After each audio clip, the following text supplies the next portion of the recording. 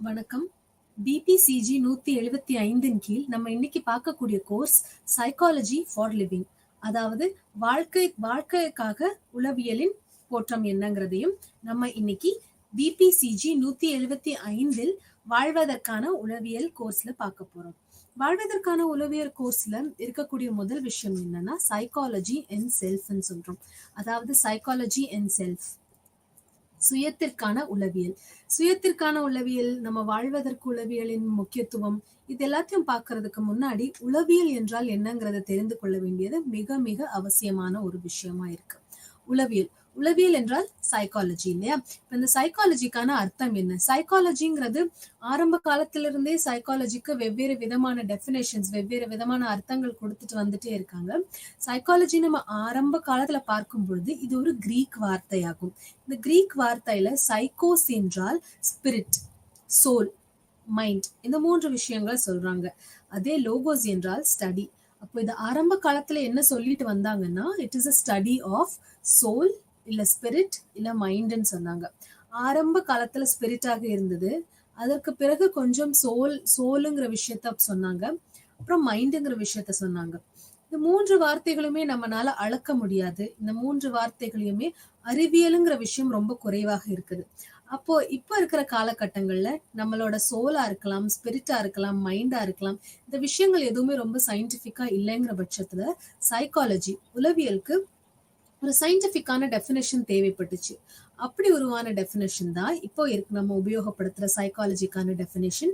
Psychology is study of behaviour, cognition and experience சொல்றாங்க. அதாவது behaviour என்றால் நம்மளுடைய நடத்தை, காக்னிஷன் என்றால் நம்மளுடைய அறிவாற்றல், மற்றும் எக்ஸ்பீரியன்ஸ், இந்த 3 விஷயங்களை சேர்ந்ததுதான் சைக்காலஜி. சைக்காலஜி ஒரு அறிவியல் சார்ந்த படிப்பு. நம்மளுடைய பிஹேவியர், அதாவது நம்மளுடைய நடத்தை, நம்மளுடைய அறிவாற்றல், நம்மளுடைய எக்ஸ்பீரியன்ஸ், இந்த 3 விஷயங்களையுமே கண்டிப்பா நம்மளால அளக்க முடியும். இந்த 3 விஷயங்களுமே கண்டிப்பா அறிவியல் சார்ந்து நம்மளால படிக்க முடியும். அதனால இப்போ நம்ம உபயோகப்படுத்துற டெஃபினேஷன் பிஹேவியர், காக்னிஷன் மற்றும் எக்ஸ்பீரியன்ஸை சார்ந்ததாகத்தான் இருக்கிறது. சைக்காலஜிங்கிறது உளவியலுங்கிறது ரொம்ப ரொம்ப ஒரு ப்ராடான ஒரு விஷயம். இதுக்குள்ள நிறைய விஷயங்கள் படிக்கலாம். இதுக்குள்ள நிறைய பிரான்ச்சஸ் இருக்கு. இதுக்குள்ள நிறைய ஸ்கோப் இருக்கு. அதை பத்தி தான் இன்னைக்கு நம்ம ஆரம்ப கட்டத்துல ரொம்ப தெளிவாக பார்க்க போறோம். சைக்காலஜியோட இதுல நம்ம பார்க்கக்கூடிய யூனிட்ஸ், இன்னைக்கு நம்ம பிளாக் 1 பற்றி பார்த்துட்டு இருக்கோம். பிளாக் 1ல 3 யூனிட்ஸ் இன்னைக்கு நம்ம முடிக்க போறோம். யூனிட் 1ல இருக்கக்கூடியது மைண்ட், பாடி, ரிலேஷன்ஷிப். மைண்ட் என்றால் இதுல அறிவன் குறிப்பிடுறாங்க. பாடி என்றால் நம்மளுடைய உடல். இது இரண்டுக்குமே நடுவுல இருக்கக்கூடிய ரிலேஷன்ஷிப் என்ற உறவு முறை என்னங்கிறத முதல் யூனிட்டாக பார்க்க போறோம். இரண்டாவது யூனிட் இதுல இருக்கக்கூடியது செல்ஃப் அண்ட் ஐடென்டிட்டி டெவலப்மெண்ட். அதாவது சுயம் மற்றும் சுயத்தின் அடையாளம் எப்படி உருவாகுதுங்கிறத நம்ம இரண்டாவது யூனிட்டா இதுல பார்க்க போறோம். மூன்றாவது யூனிட்டாக இருக்கக்கூடியது காம்பனன்ட்ஸ் ஆஃப் செல்ஃப், அதாவது சுயத்தின் கூறுகள். இந்த 3 யூனிட்டை தான் நம்ம இன்னைக்கு பிளாக் 1 தலைப்புக்கு கீழே பார்க்க போறோம். நம்ம ஆரம்பிக்கும் பொழுது சைக்காலஜி என்றால் என்னங்கிறத வச்சு ஆரம்பிச்சோம். இந்த சைக்காலஜியோட இன்னும் கொஞ்சம் ஹிஸ்டரி, வரலாறை பார்க்கும் பொழுது சைக்காலஜியோட முன்னோடிகள், சைக்காலஜி எடுத்த உடனே ஒரு சயின்டிபிக் பிரான்ச்சா வர கிடையாது. சைக்காலஜியோட முன்னோடிகள் என்னன்னு பார்க்கும் பொழுது பிலாசபி மற்றும் பிசியாலஜி தான் சைக்காலஜியோட முன்னோடிகள். பேரண்ட்ஸ் ஆஃப் சைக்காலஜின்னு குறிப்பிடுறாங்க. பேரண்ட்ஸ் ஆஃப் சைக்காலஜில பிலாசபி மற்றும் பிசியாலஜி இது கலந்ததுதான் சைக்காலஜியாக இருந்தது. இதனுடைய ஒரு பாகமும் ஒரு அங்கமுமா தான் சைக்காலஜி இருந்துச்சு. சைக்காலஜில நிறைய அறிவு சார்ந்த விஷயங்கள் அந்த காலத்துல இல்லைங்கிற காலகட்டாயத்தினால, சயின்டிபிக்கா நிறைய விஷயம் இல்லைங்கிறதுனால அது பிலாசபியை சார்ந்து இருந்துச்சு மற்றும் பிசியாலஜியும் அவ்வப்போது சார்ந்து இருந்துச்சு. ஆனா முக்கியமா பார்க்கும் பொழுது பிலாசபி தான் இதுல ரொம்ப ரொம்ப அதிகமாக இருந்துச்சு. இப்ப இந்த பிலாசபின்னு நம்ம பார்க்கும் பொழுது ஆரம்ப காலத்துல இதுல பிலாசபி ஃபீல்டுல வேலை செஞ்சவங்க யாருன்னு பார்த்தோம்னா, அவங்களுடைய பங்களிப்பு சாக்ரட்டிஸ் அவர்கள், அரிஸ்டாட்டில் அவர்கள், பிளாட்டோ அவர்கள், இவர்களுடைய பங்களிப்பு ரொம்ப அதிகமா இருந்துச்சு. இது பிலாசபிக்கல் ஏரியா சைடு இருக்கும் பொழுது. அதே பிசியாலஜின்னு பார்க்கும் பொழுது நம்மளுடைய உடல்ல ஓடக்கூடிய நம்மளுடைய நரம்பு மண்டலம், நம்மளுடைய மூளை, நம்மளுடைய ஸ்பைனல் கார்ட், நம்மளுடைய ஹார்மோன்ஸ், நியூரோ டிரான்ஸ்மிட்டர், இந்த மாதிரி விஷயங்களை பிசியாலஜி சார்ந்து படிக்கப்பட்ட விஷயங்களா இருந்துச்சு. இது இப்போ பயாலஜிக்கல் ஆஸ்பெக்ட்ல நம்ம பார்த்து கொண்டிருக்கோம். இதை ரெண்டுமே கம்பைன் பண்ணது, இது ரெண்டும் தான் சைக்காலஜியை படிக்கிறதுக்கு உதவிகரமா இருந்துச்சு. சைக்காலஜியோட முன்னோர்கள்னு பார்க்கும் பொழுது பிசியாலஜி மற்றும் பிலாசபி. இதோடைய ஹிஸ்டரி நம்ம பாக்குறப்போ பிலாசபிக்கலா இருந்த கட்டத்துல எப்படி சயின்டிபிக்கா மாறுச்சுன்னு நம்ம பேசணும். எப்பொழுது இது சயின்டிபிக்கா மாறுச்சுங்கும் போது நிறைய ஸ்கூல்ஸ் ஆஃப் சைக்காலஜி இருக்கு. அதுல வந்து வில்ஹெம் வூண்ட் என்பவர் லீப்சிக்ல அவருடைய ஒரு லெபார்டரியை தொடங்கினாரு. லெபார்டரியை தொடங்கும் பட்சத்துல லெபார்டரினாலே அந்த ஆராய்ச்சி கூடத்துல வந்து கண்டிப்பா நிறைய ஆராய்ச்சிகள் நடக்கும். ஆராய்ச்சி என்றாவே சயின்டிபிக் இல்லையா? அப்போ வில்ஹெம் வூண்ட் என்பவர் சைக்காலஜிங்கிற ஒரு தனிப்பட்ட ஃபீல்ட ஆராய்ச்சியை நோக்கி கொண்டு போனது வில்ஹெம் வூண்ட் அவர்கள் தான். அவருடைய ஆராய்ச்சி மண்டலத்துல, அவருடைய லெபார்டரியில அவர் நிறைய சயின்டிபிக்கா நிறைய விஷயங்களை சைக்காலஜியை சார்ந்து செய்ய ஆரம்பிச்சாரு. அப்படிதான் அங்க இருந்துதான் மெல்ல மெல்லமா சைக்காலஜி என்பது ஒரு சயின்டிபிக் ஃபீல்டா மாறிச்சு. இப்ப நம்ம சைக்காலஜில இருக்கக்கூடிய பிரான்ச்சஸ் பார்ப்போம், அதோடைய ஸ்கூல்ஸ் பார்ப்போம். அதுக்கு முன்னாடி இந்த வில்ஹெம் வூண்ட் அவர்கள் ரொம்ப சயின்டிபிக்கா சைக்காலஜியை நகர்த்தி கொண்டு போனதுனால இவரை ஃபாதர் ஆஃப் சைக்காலஜின்னு சொல்றாங்க. இந்த சைக்காலஜி ஃபீல்ட்ல நிறைய பேரு நிறைய பங்களிப்பு கொடுத்திருக்காங்க. ஆனாலும் வில்ஹெம் வூண்ட் அவர்களுக்கு ஏன் இவ்வளவு முக்கியத்துவம் கொடுக்கறோம்னு பார்த்தா, அவர் தான் சைக்காலஜியை சயின்டிபிக்கா மாற்றுறதுல ஒரு முக்கிய காரணமாக இருந்ததுனால அவரை ஃபாதர் ஆஃப் சைக்காலஜின்னு சொல்றாங்க. நம்ம இதுல ஸ்கூல்ஸ் ஆஃப் சைக்காலஜி பார்க்கணும். சைக்காலஜில நிறைய அப்ரோச்சஸ் இருக்கு, நிறைய பிரிவினைகள் இருக்கு. இப்போ இந்த அப்ரோச்சஸ்ல ஸ்ட்ரக்சரல் மற்றும் பிஹேவியரல், ஃபங்க்ஷனல், ஜெஸ்டால்ட் இந்த மாதிரி நிறைய ஸ்கூல்ஸ் இருக்கு. இந்த ஒரு ஸ்பெசிபிக்கான ஸ்கூலை கடந்து தான் இன்னைக்கு நம்ம கிட்ட நிறைய சைக்காலஜிக்கான நிறைய அப்ரோச்சஸ் இருக்கு. இப்போ இதுல முதல் ஸ்கூல் ஆஃப் சைக்காலஜின்னு நம்ம பார்க்கும் பொழுது ஸ்ட்ரக்சரல் ஸ்கூல் ஆஃப் சைக்காலஜின்னு சொல்றாங்க. ஸ்ட்ரக்சரல் ஸ்கூல் ஆஃப் சைக்காலஜில நம்மளுடைய கான்சியஸ்னஸ் பத்தி பேசுறாங்க. இந்த ஸ்ட்ரக்சரல் ஸ்கூல் ஆஃப் சைக்காலஜில நம்மளுடைய கான்சியஸ்னஸ் நம்மளால வெவ்வேறு பாகங்களா உடைத்து புரிந்து கொள்ள முடியுங்கிறத ஸ்ட்ரக்சரல் ஸ்கூல் ஆஃப் சைக்காலஜில குறிப்பிடுறாங்க. அடுத்து வந்தது functional school of psychology. Functional school of சைக்காலஜில இருப்பவர்கள் என்ன சொல்றாங்கன்னா, நம்மளுடைய கான்சியஸ்னஸ் நம்மளால பாகங்களா பிரிக்க முடியாது, அது ஒரு கோர்வையாக இருக்கிறது, அது ஒரு ஸ்ட்ரீம்னு சொல்றாங்க, ஃப்ளோன்னு சொல்றாங்க. நம்மளுடைய கான்சியஸ்னஸ் நம்மளால பிரிக்க முடியாது, அது ஒன்றோடு ஒன்று சேர்ந்திருப்பது தான் ஃபங்க்ஷனல் ஸ்கூல் ஆஃப் சைக்காலஜில சொல்றாங்க. அடுத்து இருக்கக்கூடியது நம்ம கிட்ட சைக்கோ அனாலிசிஸ். ஸ்ட்ரக்சரல் ஸ்கூல் ஆகட்டும், ஃபங்க்ஷனல் ஸ்கூல் ஆகட்டும், இது ரெண்டுமே கான்சியஸ்னஸ் பத்தி தான் பேசியிருக்கு. ஆனா நம்மளுடைய சைக்கோ அனாலிசிஸ்ல அன்கான்சியஸ்னஸ் பத்தி பேசியிருக்காங்க. நமக்கே தெரியாத சில விஷயங்கள், நம்மளோட அறிவாற்றல்ல இருக்காத சில விஷயங்கள் வந்து நம்மளுடைய நடத்தையை பாதிப்பது அன்கான்சியஸ்னஸ் காரணத்தினாலதான் அந்த மாதிரி நடக்குதுங்கிறத சிக்மண்ட் ஃப்ராய்ட் அவர்கள் ரொம்ப அதிகமா இந்த சைக்கோ அனாலிசிஸ்ங்கிற ஸ்கூல்ல குறிப்பிட்டிருப்பாங்க. இது ரொம்ப முக்கியமான ஒரு ஸ்கூலா இருக்கு. இதை சார்ந்த நிறைய தெரப்பீஸ், நிறைய டெக்னிக்ஸ் எல்லாம் இருக்கு, ட்ரீட்மெண்ட் டெக்னிக்ஸ் எல்லாம் இந்த சைக்கோ அனாலிசிஸ் மூலியமா இருக்கு. இது ரொம்ப ப்ராடான ஒரு ஏரியா அந்த சைக்கோ அனாலிசிஸ். அடுத்து வரக்கூடியது ஜெஸ்டால்ட்னு சொல்றோம். ஜெஸ்டால்ட்லயும் நிறைய தெரப்பீஸ் இருக்கு. ஜெஸ்டால்ட்ல இவர்கள் என்ன சொல்றாங்கன்னா, ஜெஸ்டால்ட்ல நம்ம ஒரு விஷயத்த பார்க்கும் பொழுது அதை பாகங்களா பார்க்க மாட்டோம், அதை முழுசாதான் பார்ப்போம். ஒரு விஷயத்த நம்ம உணரும் பொழுதோ, பர்சீவ் பண்ணும் பொழுது, புரிந்து கொள்ள முயற்சி செய்யும் பொழுது நம்ம அதை சின்ன சின்ன பாகங்களா பார்க்காம பெருசா ஹோல் பிக்சரை தான் நம்ம பார்ப்போங்கிறது ஜெஸ்டால்ட் சைக்காலஜியில குறிப்பிட்டிருக்காங்க. ஜெஸ்டால்ட் சைக்காலஜி, ஜெஸ்டால்ட் ஸ்கூல் ஆஃப் சைக்காலஜியை சார்ந்து நிறைய தெரப்பியூட்டிக் டெக்னிக்ஸ் எல்லாம் இப்பவுமே உபயோகத்துல இருக்கு. அடுத்து நம்ம பார்க்கக்கூடியது பிஹேவியர் ஸ்கூல் ஆஃப் சைக்காலஜி. இப்போ ரொம்ப அதிகமா ஃபேமஸா இருக்கக்கூடியது behaviour school of psychology. Behaviour school of சைக்காலஜில நம்மளுடைய கற்றல் பத்தி பேசுறாங்க, லேர்னிங் பத்தி இதுல நிறைய பேசுறாங்க. இதுல முக்கிய பங்களிச்சவங்க வந்து இவான் பாவ்லோ அவர்கள் மற்றும் பிஎஃப் ஸ்கின்னர் அவர்கள், வாட்சன் அவர்கள், இவங்க எல்லாருமே பிஹேவியர் ஸ்கூல் ஆஃப் சைக்காலஜில ரொம்ப முக்கியமானவர்கள். பிஹேவியர் ஸ்கூல் ஆஃப் சைக்காலஜி சார்ந்து நிறைய தெரப்பீஸ் இருக்கு.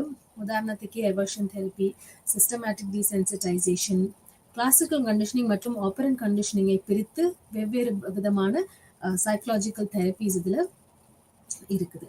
அடுத்ததுல நம்ம பார்க்கக்கூடியது cognitive school of psychology. Cognitive school of psychology என்றால் நம்மளுடைய அறிவாற்றலை சார்ந்த ஒரு பிரிவாகும். இது நம்மளுடைய காக்னிஷன் என்றால் மென்டல் ப்ராசஸ், நம்மளுடைய எண்ணங்கள், நம்மளுடைய பிரச்சனை தீர்க்கும் திறன், இந்த மாதிரி விஷயங்கள் எல்லாமே இந்த காக்னிட்டிவ் ஸ்கூல் ஆஃப் சைக்காலஜில இருக்கு. கடைசியா இருக்கக்கூடியது humanistic school of psychology. Humanistic school of சைக்காலஜில நம்ம வாழ்க்கைக்கான ஒரு அர்த்தத்தை கண்டுபிடிப்பது, இல்ல நம்ம எதற்காக வாழ்றோங்கிறது எக்ஸிஸ்டென்ஷியல் ஸ்கூல் ஆஃப் சைக்காலஜியோட ஹியூமனிஸ்டிக் ஸ்கூல் ஆஃப் சைக்காலஜிலையும் சொல்றாங்க. ஹியூமனிஸ்டிக் ஸ்கூல் ஆஃப் சைக்காலஜில எல்லா மனிதனுமே வந்து ஃபுல்லி ஃபங்க்ஷனிங்காக இருக்கிறார்கள்ங்கிறது ஹியூமனிஸ்டிக் ஸ்கூல் ஆஃப் சைக்காலஜில சொல்லியிருக்காங்க. இது பேஸ் பண்ணி நிறைய கவுன்சிலிங் முறைகள் எல்லாமே இருக்கு. நம்ம இது வரைக்கும் பார்த்தது schools of psychology. Schools of psychology நம்ம எதுக்காக பார்த்தோம்னா, ஒரு விஷயத்துல ஒரு பிரச்சனை இருக்கும் பொழுதோ, இல்ல நம்ம வாழ்க்கையை நம்ம பார்க்கும் விதத்திலேயோ நிறைய அப்ரோச்சஸ் இருக்கு. அதுதான் structural, functional, psychoanalysis, gestalt, behavioural, cognitive மற்றும் ஹியூமனிஸ்டிக் ஸ்கூல் ஆஃப் சைக்காலஜி. சைக்காலஜியோடைய வளர்ச்சியையும் இந்த ஸ்கூல்ஸ் குறிக்குது. இந்த ஏரியா, இந்த டொமைன்ஸ் எல்லாமே சைக்காலஜியோட வளர்ச்சியை குறிக்குது. சைக்காலஜியில எந்தெந்த ஏரியா, எந்தெந்த விஷயங்களை ரொம்ப முக்கியத்துவம் கொடுத்து சைக்காலஜிக்கு கான்ட்ரிபியூட் பண்ணவர்கள் எல்லாரும் படிச்சாங்க. நமக்கும் தெரிஞ்சுக்கிறதுக்கு உதவிகரமா இருந்துச்சுங்கிறத நம்ம ஸ்கூல்ஸ் ஆஃப் சைக்காலஜில பார்த்தோம். ஸ்கூல்ஸ் ஆஃப் சைக்காலஜில பார்த்ததுக்கு அப்புறம் சைக்காலஜியோட நேச்சர் என்னங்கிறத நம்ம பார்க்கணும். சைக்காலஜியோட நேச்சர் பார்க்கும் பொழுது சைக்காலஜி வந்து இப்போதைக்கு ஒரு சயின்டிபிக் ஃபீல்டா தான் இருக்கு. நம்ம சைக்காலஜில படிக்கிறதே பேச்சுலர் ஆஃப் சயின்ஸ் படிப்போம். சில இடத்துல பேச்சுலர் ஆஃப் ஆர்ட்ஸ் ஆக படிப்பாங்க.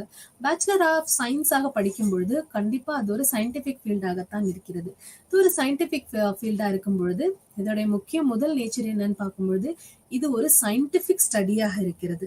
இதுல நிறைய சயின்டிபிக் முறைகள் எல்லாமே உபயோகிக்கிறாங்க ரிசர்ச் பண்றதுக்காக. இதுல ரிசர்ச்ன்னு பேசும்பொழுது, ஆராய்ச்சின்னு பேசும்பொழுது கண்டிப்பா இதோடைய ஆராய்ச்சியில வந்து கவனத்தில் வைத்துக் கொள்வது 2 விஷயம் இருக்குது. ஒண்ணு வந்து இண்டக்டிவ் மெத்தட்னு சொல்றோம், இன்னொன்னு டிடக்டிவ்னு சொல்றோம். இண்டக்டிவ் என்றால் இன்னோவேஷன் நம்ம ஞாபகத்துல வச்சுக்கலாம். எதுவுமே இல்லாத ஒரு விஷயத்துல இருந்து நம்ம ஒரு புதிய விஷயத்த கண்டுபிடிக்கிறது இண்டக்டிவ். டிடக்டிவ் என்றால் ஒரு விஷயத்த நம்ம ஜெனரலைஸ் ஆக்குவது டிடக்டிவ். இண்டக்டிவ் மற்றும் டிடக்டிவ் அப்ரோச் நம்மளுடைய உளவியல் பிரிவுல இருக்குது. அடுத்து இதுல என்ன மாதிரியான ரிசர்ச் எல்லாம் பண்றாங்கன்னு பார்க்கும்பொழுது, முதல்ல டிஸ்கிரிப்டிவ் ரிசர்ச் பண்றாங்க. டிஸ்கிரிப்டிவ் ரிசர்ச் என்றால் ஒரு விஷயத்தை நம்ம ஆராய்ச்சி செய்யும் பொழுது அந்த விஷயம் என்னங்கிறத ரொம்ப தெளிவா டிஸ்கிரிப்டிவா ரொம்ப தெளிவா நம்ம ஆராய்ச்சி பண்ணி காமிச்சிருவோம். இதே அடுத்து இருக்கக்கூடியது எக்ஸ்பிளனேஷன். எக்ஸ்பிளனேஷன்ல என்னங்கிறத தாண்டி எதற்கு மற்றும் எப்படிங்கிற கேள்விக்கான பதிலும் நமக்கு இந்த எக்ஸ்பிளனேட்டரி ரிசர்ச்ல கிடைக்குது. டிஸ்கிரிப்டிவ்ல என்னங்கிற கேள்விக்கான பதில் மட்டும்தான் நமக்கு கிடைக்குது. உளவியல் பிரச்சனைகள் என்றால் என்னங்கிறத நம்ம ஆராய்ச்சி பண்ணி படிக்கும் பொழுது உளவியல் பிரச்சனைகள் என்னங்கிறதுக்கான தெளிவான பதில் நமக்கு கிடைக்குது டிஸ்கிரிப்டிவ் ரிசர்ச் மூலியமா. எக்ஸ்பிளனேட்டரி ரிசர்ச்னு வரும்பொழுது இந்த மனநோய்களுக்கான காரணம் என்ன, உளவியல் பிரச்சனைகளுக்கான காரணம் எப்படி வந்துச்சு, அதுக்கான எப்படி தீர்வு, இந்த மாதிரி விஷயங்கள் எல்லாமே எக்ஸ்பிளனேட்டரி ரிசர்ச்ல நமக்கு கிடைக்குது. அடுத்து ப்ரெடிக்ஷன். ப்ரெடிக்ஷன் என்றால் நம்மளுடைய ஃபியூச்சருக்கு வந்து இந்த ஆராய்ச்சி எப்படி உதவிகரமா இருக்குங்கிறதையும் இந்த ஆராய்ச்சி முறைகள்ல நம்ம பார்க்கிறோம். ப்ரெடிக்ஷன்ல ஒரு உதாரணம்னு நம்ம பார்க்கும் பொழுது, இன்றைய சூழ்நிலைகள்ல போதை பழக்கம் வந்து ஒரு 60% இருக்குங்கும் போது ஒரு 10 வருடம் கழித்து மாணவர்களுக்கிடையே அந்த பழக்கம் எப்படி இருக்குங்கிறத ஒரு ப்ரெடிக்ஷனா நமக்கு கொடுக்கறது தான் நம்மளுடைய ப்ரெடிக்டிவ் ரிசர்ச்ல வருது. கடைசியாக பார்க்கும் பொழுது கண்ட்ரோல். கண்ட்ரோல் என்றால் நம்ம சேஞ்ச் இல்ல ஒரு டிரான்ஸ்பரை நோக்கி மாறுவது. சேஞ்ச் என்றால் ஒரு மாற்றம் இல்லையா? அப்போ ஒரு உதாரணம் பார்க்கும் பொழுது நம்மளால எந்த விஷயத்துல எல்லாம் கண்ட்ரோல் வச்சு மேனிப்புலேட் வச்சு ஒரு எக்ஸ்பெரிமெண்ட்டை பண்ண முடியுங்கிறது தான் இந்த கண்ட்ரோல் ரிசர்ச்ல குறிப்பிட்டிருக்காங்க. இது ஒரு சயின்டிபிக்கான முறை. இதுல வந்து ஆராய்ச்சி நடக்கிறதுனால இது ஒரு ரொம்ப சயின்டிபிக்கான ஃபீல்டுங்கிறத நம்ம இப்ப பார்த்தோம். இந்த சைக்காலஜில உளவியல்ல என்ன மாதிரியான ஸ்கோப் இருக்குங்கிறத நம்ம இப்ப பார்க்க போறோம். ஸ்கோப் மற்றும் அதுல இருக்கக்கூடிய கிளைகள் என்னங்கிறத நம்ம இப்ப தெளிவாக பார்க்க போறோம். முதல்ல பார்க்கக்கூடியது சைக்காலஜியை 2 பாகங்களா பிரிச்சிருக்காங்க. ஒண்ணு வந்து பியோர் சைக்காலஜின்னு குறிப்பிடுறோம், இன்னொன்னு அப்ளைட் சைக்காலஜின்னு சொல்றோம். இந்த பியோர் சைக்காலஜினா என்ன?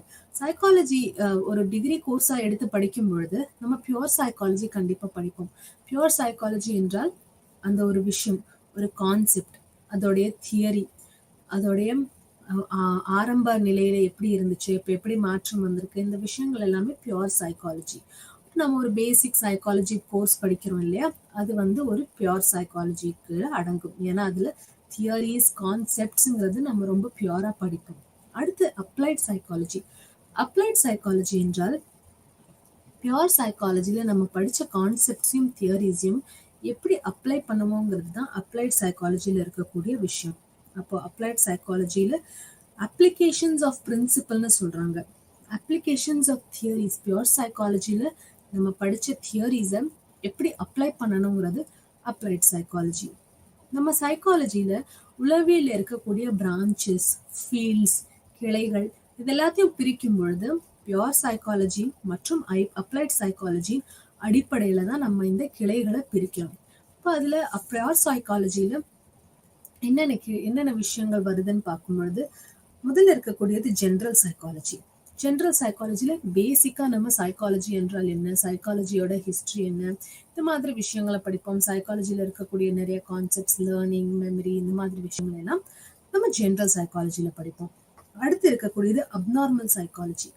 நான் சொல்றது தெளிவா அப்நார்மல் சைக்காலஜின்னு சொல்றேன், கிளினிக்கல் சைக்காலஜின்னு சொல்ல கிடையாது. Abnormal psychology.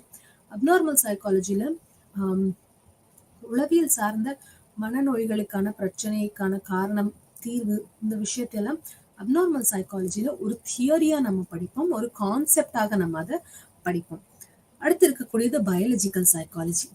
பயாலஜிக்கல் சைக்காலஜில நம்ம உடலினுடைய ஸ்ட்ரக்சர் மற்றும் ஃபங்க்ஷன், உடலோடைய ஸ்ட்ரக்சர் எப்படி இருக்கு, அதோடைய வேலைப்பாடு எப்படி இருக்குங்கிறத நம்ம பயாலஜிக்கல் சைக்காலஜில படிப்போம். இந்த உடலை பத்தி படிக்கிறது ஏன் அவசியம்னு பார்க்கும் பொழுது, கண்டிப்பா சைக்காலஜி என்பது ஒரு சயின்டிபிக் ஃபீல்டா இருக்கிற பட்சத்துல நம்ம உடல்ல இருக்கக்கூடிய ஹார்மோன்ஸ், நியூரோ டிரான்ஸ்மிட்டர்ஸ், நம்மளுடைய மூளை, நம்மளுடைய நரம்பு மண்டலம், இது எல்லாமே நமக்கு ஒரு மனநோயோ இல்லை வேற ஏதோ ஒரு சைக்கலாஜிக்கல் பிரச்சனையை தூண்டுவதற்கு ஒரு காரணமாக இருக்கு. இந்த நேரத்துல பயாலஜிக்கல் சைக்காலஜி படித்து அதை பத்தி தெரிஞ்சு வச்சுக்கிறது ரொம்ப ரொம்ப அவசியமான விஷயமாகும். அடுத்து இதுல சோஷியல் சைக்காலஜி. சோஷியல் சைக்காலஜில சமூகத்துலதான் மனிதர்கள் வாழ்வதனால சமூகம் எப்படி ஒரு மனிதனை இன்ஃப்ளூயன்ஸ் பண்ணுதுங்கிறத சோஷியல் சைக்காலஜில நம்ம படிப்போம். Experimental psychology. நிறைய எக்ஸ்பெரிமெண்ட்ஸ் எல்லாம் இருக்கு சைக்காலஜில இல்லையா? ஸோ அந்த சைக்காலஜில இருக்கக்கூடிய எக்ஸ்பெரிமெண்ட்டை பத்தி நம்ம படிக்கிறது தான் எக்ஸ்பெரிமெண்டல் சைக்காலஜி. சைல்டு, அடாலசன்ட் மற்றும் அடல்ட் சைக்காலஜி. அப்புறம் பேராசைக்காலஜின்னு சொல்லுவாங்க. பேராசைக்காலஜி என்றால் இந்த பேராசைக்காலஜியில் என்ன பண்ணுவாங்கன்னா, மனிதர்களால நிறைய ப்ரூஃப் பண்ண முடியாத நிறைய விஷயங்கள் இருக்கு இல்லையா? உதாரணத்துக்கு ஆவி உலகம், எக்ஸ்ட்ரா சென்சரி பர்செப்ஷன், இந்த மாதிரி விஷயங்கள் எல்லாமே பேராசைக்காலஜியில படிப்பாங்க. டெவலப்மெண்டல் சைக்காலஜி, அனிமல் சைக்காலஜி மற்றும் காக்னிட்டிவ் சைக்காலஜி. காக்னிட்டிவ் சைக்காலஜி தான் அறிவாற்றல் சம்பந்தப்பட்ட ஒரு உளவியல் முறையாகும். இப்ப பார்த்தது நம்ம எல்லாமே பியூர் சைக்காலஜி பார்த்தோம்.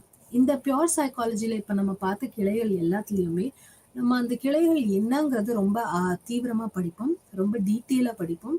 அதுல இருக்கக்கூடிய நிறைய தியரிஸை நம்ம டீட்டெயிலா படிப்போம். அடுத்து இருக்கக்கூடியது அப்ளைட் சைக்காலஜி. இந்த அப்ளைட் சைக்காலஜில நம்ம பார்க்கும் பொழுது இதுல நிறைய விஷயங்கள் இருக்கு.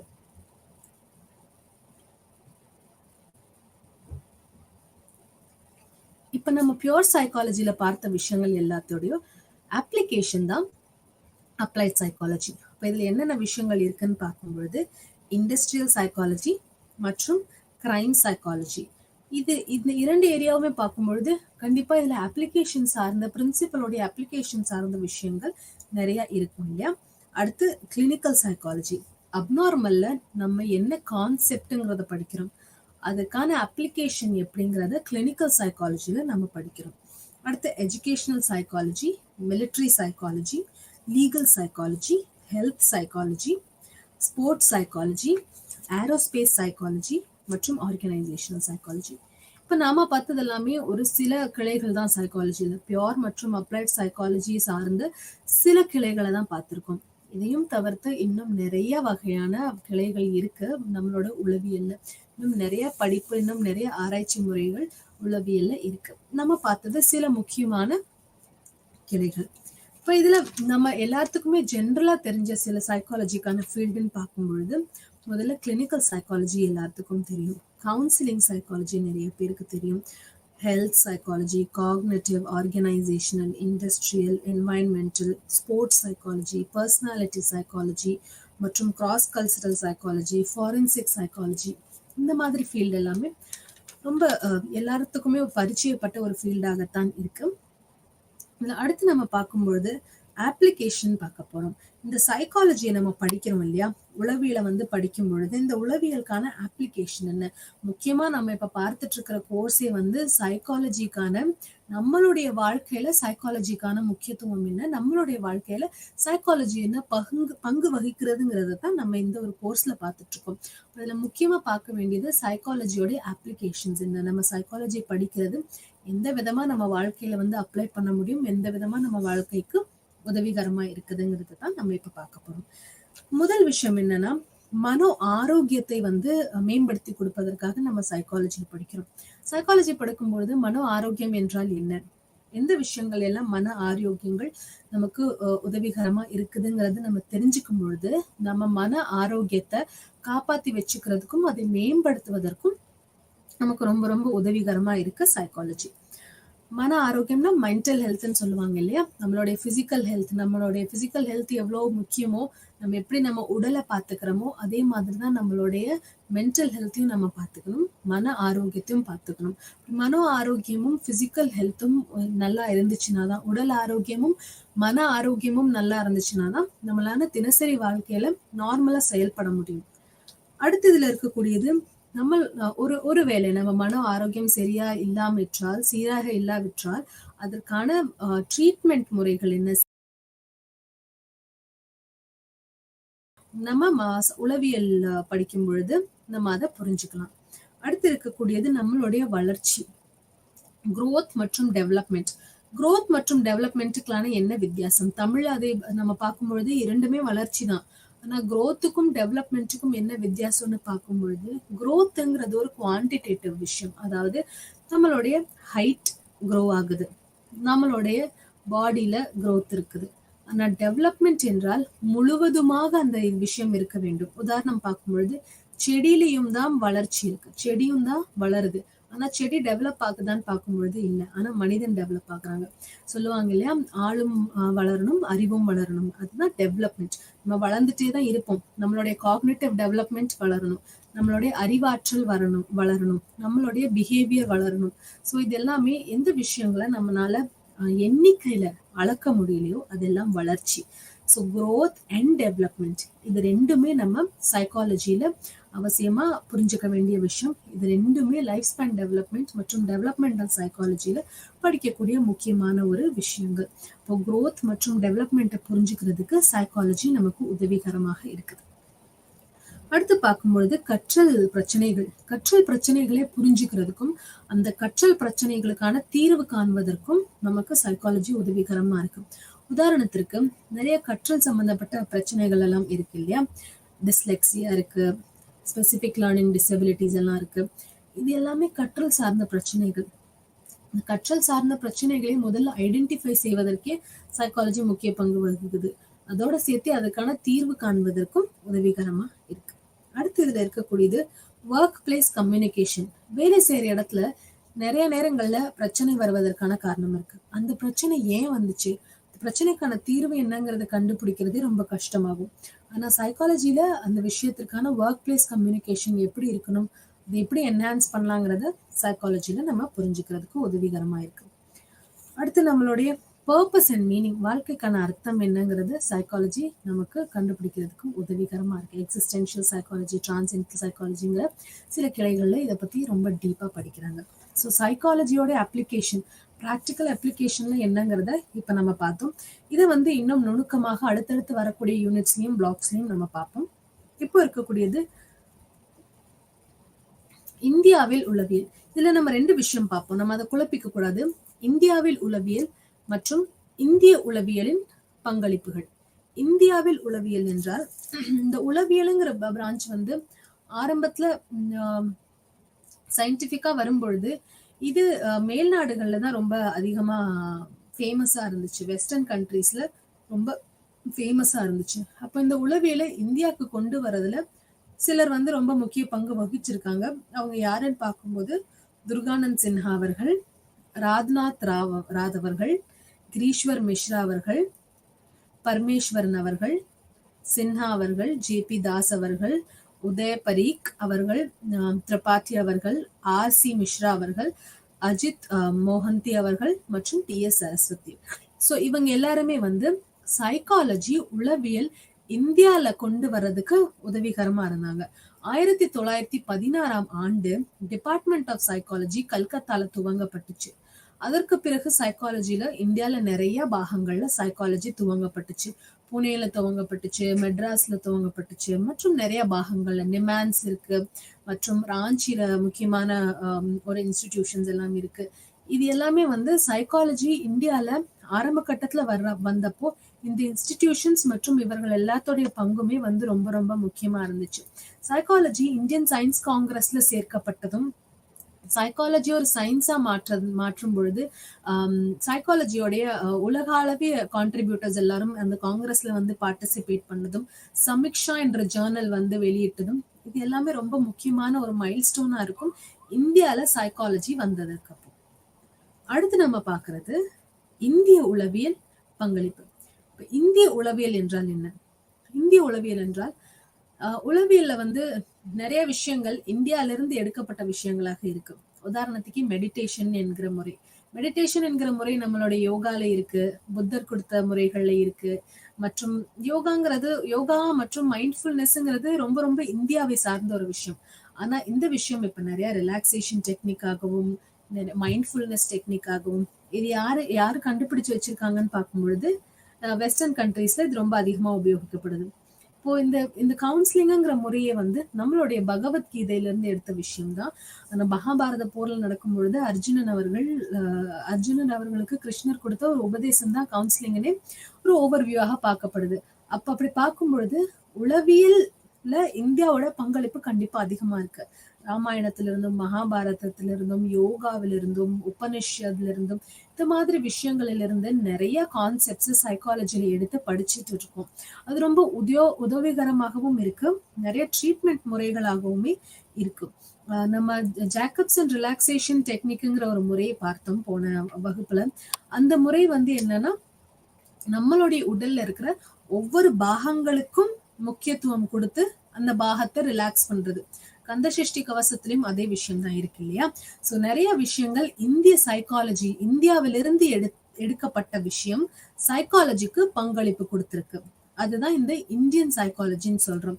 இதுல இருக்கக்கூடியது ஹிந்துவிசம் மற்றும் இஸ்லாமிசம், சூஃபிசம், இந்த மாதிரி நிறைய விஷயங்கள் இந்தியன் சைக்காலஜில நம்ம படிப்போம். யோகா, ஜென் போன்ற விஷயங்கள் எல்லாமே இந்தியன் சைக்காலஜில படிப்போம். அதுக்கு முக்கியமான பங்கு வகுப்பவர்கள் யாருன்னு பார்க்கும்பொழுது ராமகிருஷ்ண ராவ் அவர்கள், சின்ஹா அவர்கள், ராமச்சந்திர ராவ் அவர்கள், துர்கானந்த் சின்ஹா அவர்கள், கிரீஸ்வர் மிஸ்ரா அவர்கள், அஜித் தலால் அவர்கள், எம் கார்னெல்சன் அவர்கள், பாயா அவர்கள், ஆனந்த்ஜி பராஞ்சிபே அவர்கள் மற்றும் பாகோம் மாணிக்கம் அவர்கள், இது போன்ற நிறைய பேர் உளவியல் இந்திய உளவியல் இந்தியன் சைக்காலஜில அதிகமான பங்கு வகுத்திருக்காங்க.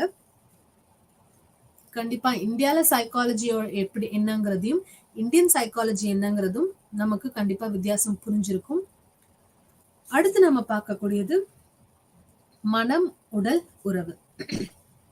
மனம் உடல் உறவு என்றால் மைண்ட் பாடி ரிலேஷன். மைண்டுங்கிற விஷயத்த நம்ம இப்ப அதிகமா படிக்கிறது இல்லை, ஏன்னா அது கொஞ்சம் சயின்டிபிக்கா இல்லைங்கிற பட்சத்துல. ஆனா மைண்டுங்கிறதுக்கான அர்த்தம் இங்க என்ன சொல்றாங்கன்னா நம்மளுடைய மென்டல் ப்ராசஸ் தான் சொல்றாங்க. மென்டல் ப்ராசஸ் என்றால் என்ன? காக்னிஷன், அறிவாற்றலுக்கு கீழே வரக்கூடியதுதான் மென்டல் ப்ராசஸ். மென்டல் ப்ராசஸ்ல என்ன மாதிரியான விஷயங்கள்லாம் இருக்குன்னா நம்மளுடைய எண்ணங்கள், நம்மளுடைய உணர்ச்சிகள், நம்மளுடைய உணர்வுகள், ஒரு பிரச்சனையை சமாளிக்கும் திறன், ப்ராப்ளம் சால்விங் எபிலிட்டிஸ், நம்மளுடைய முடிவெடுக்கும் திறன், டெசிஷன் மேக்கிங், நம்மளுடைய இன்டெலிஜென்ஸ், இந்த மாதிரி விஷயங்கள் எல்லாமே மென்டல் ப்ராசஸ்ல வருது. மென்டல் ப்ராசஸ் தான் இங்க மனம்னு குறிப்பிட்டிருக்காங்க. அடுத்து உடல். நம்மளுடைய நரம்பு மண்டலம், நம்மளுடைய பிரெயின், ஹார்மோன்ஸ், நியூரோ டிரான்ஸ்மிட்டர், இது எல்லாமே நம்மளுடைய உடல் சார்ந்த விஷயங்கள். மென்டல் ப்ராசஸுக்கும் நம்மளுடைய உடலுக்கும் என்ன சம்பந்தம் இருக்கு, என்ன உறவு இருக்குங்கிறது தான் மனம் உடல் உறவுல நம்ம பார்க்க போறோம். முதல்ல பார்க்குற விஷயம் என்னன்னா மனம் மற்றும் உடல் ரெண்டுமே தனித்தனி விஷயங்கள் கிடையாது. ரெண்டுமே ஒன்றோடு ஒன்று இன்டராக்ட் பண்ணுங்கிறது தான் மனம் உடல் உறவுல வருது.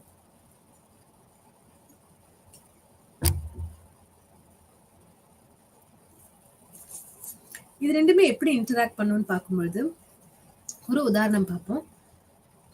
இந்த உதாரணத்துல நம்மளுடைய உடல்நிலை சரியா இல்லைன்னா நம்மளுடைய மென்டல் ப்ராசஸ் பாதிக்கப்படுது. நம்ம இன்னைக்கு வந்து சளி இருக்கு, இல்ல காய்ச்சல் இருக்கு, இல்ல உடல்ல ஏதோ ஒரு பிரச்சனை இருக்கும் பொழுது அந்த நேரம் நமக்கு பரீட்சை இருக்கும்போது நம்மளால ஃபோக்கஸ் பண்ண முடியாது, பரீட்சையில கான்சென்ட்ரேட் பண்ண முடியாது, பிரச்சனைக்கான தீர்வு காண்பது அவ்வளோ ஈஸியா இருக்காது, டெசிஷன் எடுக்க முடியாது. உடல்ல பிரச்சனை இருக்கும் பொழுது கண்டிப்பா அது நம்மளுடைய மனத்தை பாதிக்குது, கண்டிப்பா நம்மளுடைய மென்டல் ப்ராசஸ பாதிக்குது.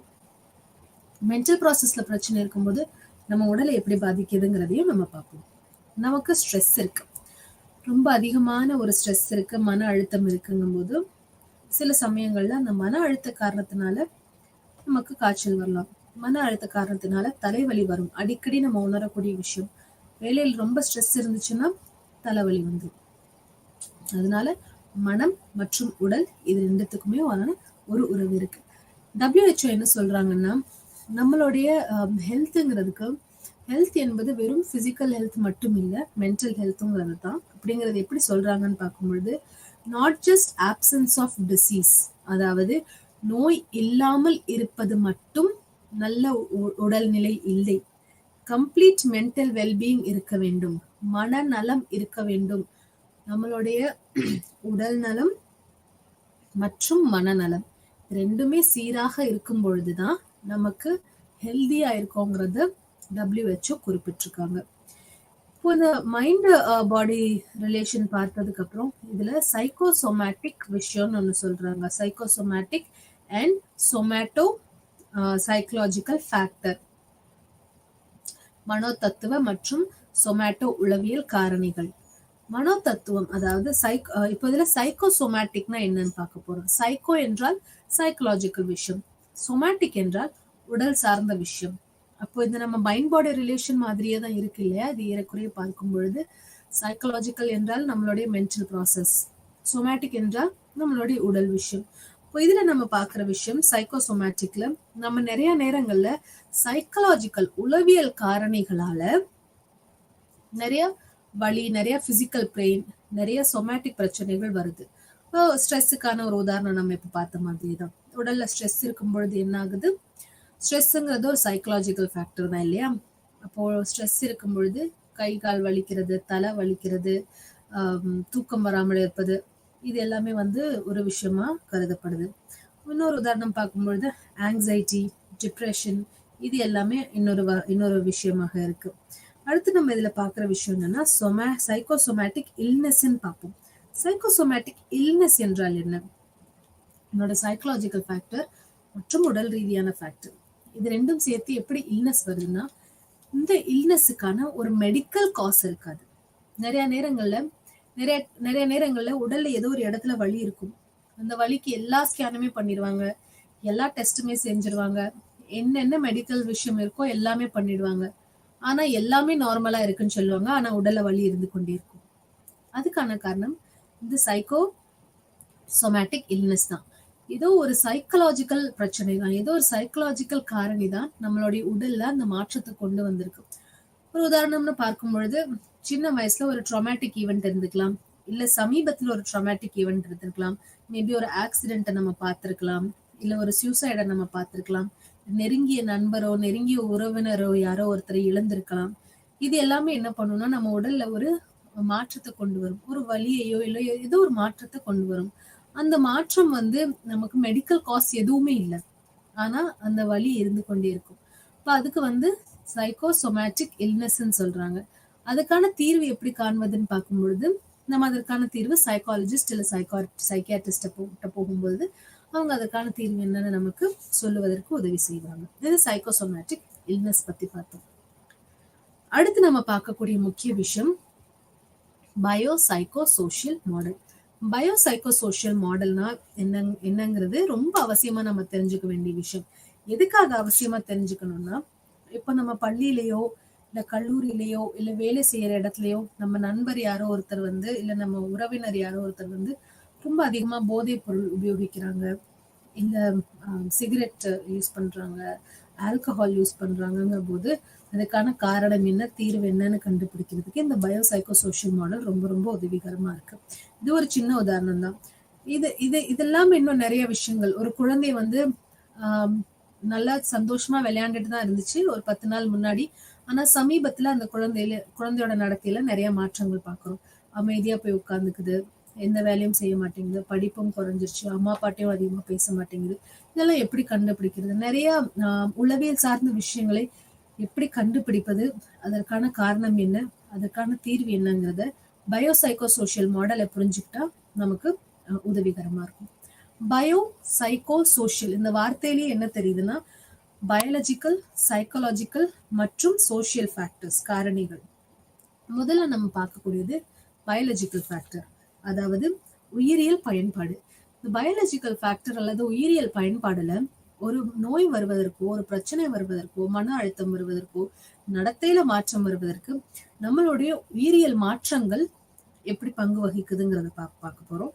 உதாரணத்துக்கு மூளையில ஏதோ ஒரு டேமேஜ், பிரெயின் டேமேஜ் இருக்கும்போது நம்மளுடைய மூளையில ஏதோ ஒரு இடத்தோடைய ஸ்ட்ரக்சர் மற்றும் ஃபங்க்ஷன் பாதிக்கப்படுது. இப்போ அது உடல் ரீதியாகவும் சைக்கலாஜிக்கலாகவும் வெளிப்படுவதற்கான வாய்ப்பு இருக்கு. அடுத்து ஜெனட்டிக்ஸ், நம்மளுடைய மரபணுக்கள் எப்படி நிறைய மாற்றங்களை நமக்கு கொடுக்குதுங்கிறதையும் இதுல பார்ப்பாங்க.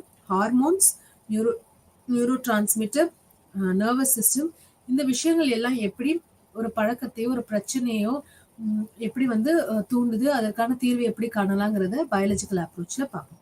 அடுத்து இருக்கக்கூடியது சைக்கலாஜிக்கல் அப்ரோச், உளவியல் பயன்பாடு. சைக்கலாஜிக்கல் அப்ரோச்ல காக்னிட்டிவ், பிஹேவியரல் மற்றும் சைக்கோடைனமிக் ஆஸ்பெக்ட்ல நம்ம விஷயங்களை புரிஞ்சுக்கிறதுக்கு பார்ப்போம். சைக்கோடைனமிக் என்றால் ஒன்றும் இல்லை, நம்ம சைக்கோ அனாலிசிஸ் பார்த்தோம் இல்லையா, அந்த சைக்கோ அனாலிசிஸோடைய ஒரு புதிய முறை தான் சைக்கோடைனமிக். அடுத்து இதுல இருக்கக்கூடியது சோஷியல் அப்ரோச், சமூக மற்றும் கலாச்சார பயன்பாடு. சோஷியோ கல்ச்சரல் அப்ரோச்ல நம்ம வாழ்றது ஒரு சமூகத்துலதான் வாழ்றோம் இல்லையா. நம்ம சமூகத்துல வாழும் பொழுது எல்லோருக்கும் ஒரு கலாச்சாரம் இருக்கு. எந்த மாதிரி கலாச்சாரம்ங்கிறத டிஸ்கஸ் பண்றதை விட எல்லாருக்கும் ஒரு கலாச்சார முறை எல்லோரும் வந்து ஃபாலோ பண்றாங்க. அது ஈஸ்டர்னா இருக்கட்டும் இல்ல வெஸ்டர்னா இருக்கட்டும், ஏதோ ஒரு கலாச்சார முறை எல்லோருமே வந்து ஃபாலோ பண்ணிட்டு தான் இருக்கும். இப்ப நம்மளுடைய சமூகம் மற்றும் நம்மளுடைய கலாச்சாரம் எப்படி நம்மளுடைய சைக்கலாஜிக்கல் மற்றும் பிசிக்கல் பிரச்சனைகளுக்கான ஒரு காரணமாக இருக்குதுங்கிறது இதுல பார்ப்போம். உதாரணத்துக்கு நம்மளுடைய குடும்பத்துல நம்மளுடைய அடையாளம் என்ன, சமூகத்துல நம்மளுடைய அடையாளம் என்ன, மற்றும் நம்மளுடைய ஆட்டிடியூட் என்றால் ஒன்றும் இல்லை, வேல்யூஸ் மற்றும் பிலீவ்ஸ் தான் நம்மளுடைய ஆட்டிடியூட். ஸோ இந்த ஆட்டிடியூட், இமோஷன் மற்றும் அட்ஜஸ்ட்மெண்ட், இந்த மாதிரி விஷயங்கள்ல சோஷியோ கல்ச்சரல் அப்ரோச் வந்து தேவைப்படுது. இதை நம்ம சேர்த்து பார்க்கும் பொழுது பயோ சைக்கோ சோஷியல் அப்ரோச், இதை நம்ம சேர்த்து பார்க்கும் பொழுது ஆரம்பத்துல பார்த்த ஒரு உதாரணத்தோடயே பார்ப்போம். ஒரு பள்ளி மாணவனுக்கோ இல்ல ஒரு கல்லூரி மாணவனுக்கோ புதுசா வந்து ஒரு புகைப்பிடிக்கும் பழக்கம் வந்திருக்கு. அந்த புகைப்பிடிக்கும் பழக்கத்தை எப்படி வந்துச்சுன்னு நம்ம ஆராய்ச்சி செய்யும் பொழுது பயாலஜிக்கல் அப்ரோச் பார்க்கும் பொழுது அவங்களோட ஜெனட்டிக்கலா தந்தையக்கோ இல்ல தாய்க்கோ இல்ல வேற யாருக்கோ புகைப்பிடிக்கும் பழக்கம் இருந்திருக்கா அப்படிங்கிறத நம்ம பார்க்கணும். அடுத்து இந்த ஹார்மோனல் இம்பேலன்ஸ் இருக்கா, நியூரோ டிரான்ஸ்மிட்டர்ல பிரச்சனை இருக்கா, இதை நம்ம கவனமா பார்க்கணும். ஏன்னா அதுவும் ஒரு காரணமாக இருக்கலாம் புகைப்பிடிக்கும் பழக்கம் வந்ததற்கு. இரண்டாவது நம்ம பார்க்கறது சைக்கலாஜிக்கல் ரீசன்ல அவங்களுடைய ஆட்டிடியூட், புகைப்பிடிப்பதற்கான அவங்களோட நம்பிக்கை என்னங்கிறத நம்ம ஆராய்ச்சி செஞ்சு பார்ப்போம். இதுல இன்னொரு விஷயம் நம்ம பார்க்கறது பிஹேவியரல் விஷயங்கள், எங்க இருந்து அவங்க அதை கத்துக்கிறாங்க, அவங்க பக்கத்து வீட்டுல இருந்து கத்துக்கிறாங்களா இல்ல குடும்பத்துல இருந்தே கத்துக்கிறாங்களா. அப்புறம் சோஷியல் ஃபேக்டர்னு பார்க்கும்போது கூட இருக்கக்கூடிய பியர் இன்ஃப்ளூயன்ஸ் அதற்கான காரணமாக இருக்கா, இல்ல இமோஷன்ஸ் அட்ஜஸ்ட்மெண்ட் அதுக்கான காரணமாக இருக்கா. இது எல்லாத்தையும் நம்ம முழுசா பழக்கத்திற்கு அடிமையாயிருக்காங்க, எதுக்காக ஆரம்பிச்சிருக்காங்க, அப்போ என்ன காரணம்னு தெரியும் பொழுது அந்த காரணத்திற்கான தீர்வு காண்பது கொஞ்சம் உதவிகரமா இருக்கும். அதனால எந்த நோயாக இருந்தாலுமே சரி, அது வந்து உடல் ரீதியான நோயாக இருந்தாலும் சரி, ரீதியான நோயாக இருந்தாலுமே சரி, இல்ல சைக்கோசோமேட்டிக் இல்னஸா இருந்தாலுமே அதுல பயோ சைக்கோ சோஷியல் மாடலை வந்து ஃபாலோ பண்றது ரொம்ப ரொம்ப அவசியமா இருக்கும். ஏன்னா எப்பவுமே வந்து பயாலஜிக்கலாவோ சைக்கலாஜிக்கலா மட்டுமோ இல்ல சோசியலா மட்டுமோ தான் அந்த நபருக்கு பிரச்சனை காரணம் இருக்குதுன்னு சொல்ல முடியாது. இது மூன்றுமே சேர்ந்த மாதிரி கூட ஒரு காரணமாக இருக்கலாம். பயோ சைக்கோ சோஷியல் அப்ரோச் புரிஞ்சுக்கிறது ரொம்ப ரொம்ப அவசியமான ஒரு விஷயமா இருக்கு. அடுத்து நம்ம பார்க்கக்கூடியது செல்ஃப் அண்ட் ஐடென்டிட்டி டெவலப்மெண்ட், அதாவது சுய மற்றும் அடையாள உறவு வளர்ச்சி. செல்ஃப் அண்ட் ஐடென்டிட்டி, எல்லாருக்குமே வந்து நம்ம சமுதாயத்துல நமக்குன்னு ஒரு அடையாளம் இருக்கணும். நம்ம வந்து சுயமா செயல்படணுங்கிற ஆசை இருக்கும். இந்த ஆசை இருந்தாலுமே வந்து சில நேரங்கள்ல நம்ம தடுமாறுவோம். இல்ல சில நேரங்கள்ல நம்மளுடைய அடையாளத்தை காண்பது கொஞ்சம் கஷ்டமா இருக்கும். என்னதான் அடையாளம் இருந்தாலுமே, அதுல வளர்ச்சி அடையணுங்கிற விருப்பம் இருந்தாலும், அதை வந்து செய்ய முடியாம போகிற நிலையெல்லாம் இருக்கு. இப்ப இந்த சுயத்தை எப்படி அடையாளம் காண்பதுங்கிறத நம்ம இப்ப பார்க்க போறோம். முதல்ல செல்ஃப் என்றால் என்ன? சுயம் என்றால் என்னன்னா, நம்மளை பத்தின நமக்கு இருக்கக்கூடிய முழு அவேர்னஸ், நம்மளை பத்தின நமக்கு இருக்கக்கூடிய முழு அறிவு தான் செல்ஃப்ன்னு சொல்றாங்க. இந்த செல்ஃப் வந்து நம்மளுடைய எண்ணங்கள், நம்மளுடைய இமோஷன்ஸ், நம்மளுடைய ஃபீலிங்ஸ் இது எல்லாம் சேர்ந்ததுதான் என்னுடைய ஃபீலிங்ஸை பத்தி எனக்கு இருக்கக்கூடிய அறிவு என்ன. உதாரணத்துக்கு நான் இப்போ வந்து ரொம்ப சோகமா இருக்கேன். அப்போ எனக்கு அவேர்னஸ் இருக்கணும், எனக்கு அறிவு இருக்கணும், நான் ஏன் சோகமா இருக்கேன்னு கண்டுபிடிக்கிறதுக்கு. என்னுடைய ஃபீலிங்ஸ் என்ன, இமோஷன்ஸ் என்ன, என்னுடைய எண்ணங்கள் என்னங்கிறது தான் செல்ஃப்ல. செல்ஃப் என்றால் நம்மளுடைய இந்த எல்லா விஷயத்தை பத்தியும் நமக்கு இருக்கக்கூடிய அறிவு தான் செல்ஃப். அடுத்து இதுல வெவ்வேறு வகையான செல்ஃப் இருக்கு. முதல்ல பிரைவேட் செல்ஃப், அடுத்து collective self, public self. Private self என்றால் என்ன? பிரைவேட் செல்ஃப் என்றால் உதாரணத்துக்கு நம்ம வந்து புக்ஸ் படிக்கிறது எனக்கு பிடிக்கும். நானே என்னை பத்தின இந்த அசஸ்மெண்ட் பண்றேன். என்னை பத்தி எனக்கு தெரிஞ்ச விஷயங்கள் பிரைவேட் செல்ஃப். அடுத்து கலெக்டிவ் செல்ஃப். கலெக்டிவ் செல்ஃப் என்றால் என்னை பற்றி என்னை சுற்றி இருப்பவர்கள் சொல்லும் விஷயம், அதுதான் கலெக்டிவ் செல்ஃப். உதாரணத்திற்கு என்னுடைய குடும்பத்தினர்கள் வந்து நான் ரொம்ப கைண்ட் ஹார்ட்டடா இருக்கிறத கிண்டல் பண்ணுவாங்க. இதெல்லாம் என்ன? Collective self. அடுத்து இருக்கக்கூடியது பப்ளிக் செல்ஃப். பப்ளிக் செல்ஃப்ல பொதுவாக என்றால் ஜெனரலைஸ்ட், பொதுவாக மற்றவர்கள் எல்லோரும் என்னை பத்தி பேசுவது என்ன. கலெக்டிவ் செல்ஃபுக்கும் பப்ளிக் செல்ஃபுக்கும் இருக்கிற வித்தியாசம் என்னன்னா, கலெக்டிவ் செல்ஃப்ல என்னை சுற்றி இருக்கக்கூடிய சில ஸ்பெசிபிக் குரூப், சில குழு, என்னுடைய நண்பர்கள், என்னுடைய குடும்பம், இவங்க எல்லாம் சொல்றதுதான் கலெக்டிவ் செல்ஃப். அதே பப்ளிக் செல்ஃப்னா பொதுவாக எல்லாருமே, என்னுடைய நண்பர்கள், குடும்பம், என்னுடைய பக்கத்து வீட்டுக்காரவங்க, என்னோட பள்ளியில இருக்கவங்க, கல்லூரியில எல்லாருமே என்னை பத்தி சொல்லக்கூடிய ஒரு ஜென்ரலான பொதுவான விஷயம் தான் பப்ளிக் செல்ஃப். இந்த விஷயம் என்னை பத்தி, இந்த விஷயம் எல்லாருக்குமே தெரியும், அது பப்ளிக் செல்ஃப். என்னுடைய சில ஸ்பெசிபிக் குரூப், சில குழுக்களுக்கு மட்டும் தெரியக்கூடியது கலெக்டிவ் செல்ஃப். என்னை பற்றி எனக்கு மட்டும் தெரியக்கூடியது பிரைவேட் செல்ஃப். அடுத்ததுல பார்க்கக்கூடியது இண்டிபெண்டன்ட் செல்ஃப் மற்றும் இன்டர்டிபெண்டன்ட் செல்ஃப். இண்டிபெண்டன்ட் செல்ஃப் என்றால் என்ன? இண்டிபெண்டன்ட் செல்ஃப் என்றால் நம்ம கொஞ்சம் சுதந்திரமாக இருக்கிறோம் இல்லையா இண்டிபெண்டன்ட் செல்ஃப்ல.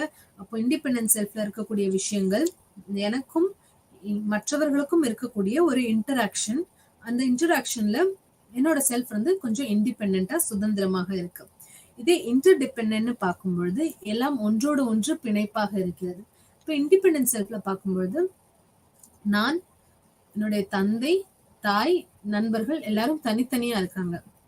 அப்போ என்னை பற்றி எல்லாருக்கும் தெரியுது, ஆனா நான் சுதந்திரமாக இருக்கிறேன், அது இண்டிபெண்டன்ட் செல்ஃப். இன்டர்டிபெண்டன்ட்ல நான், என்னுடைய தாய், தந்தை, நண்பர் எல்லாரும் ஒரு பிணைப்போட இருக்கிறோம். அதுல எனக்கு சுதந்திரம் வந்து ரொம்ப ரொம்ப குறைவு. இதுதான் இன்டர்டிபெண்டன்ட் செல்ஃப்.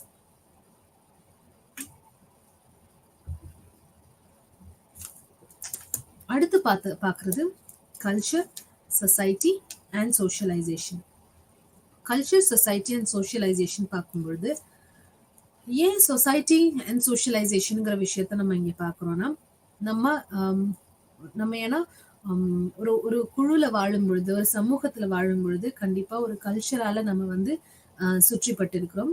அப்போ அந்த கல்ச்சரை படிக்கிறதும், இந்த சொசைட்டியை படிக்கிறதும், அதுக்குள்ள இருக்கிற நம்மளுடைய சோஷியலைசேஷனை படிக்கிறதும் ரொம்ப ரொம்ப அவசியமா இருக்கு.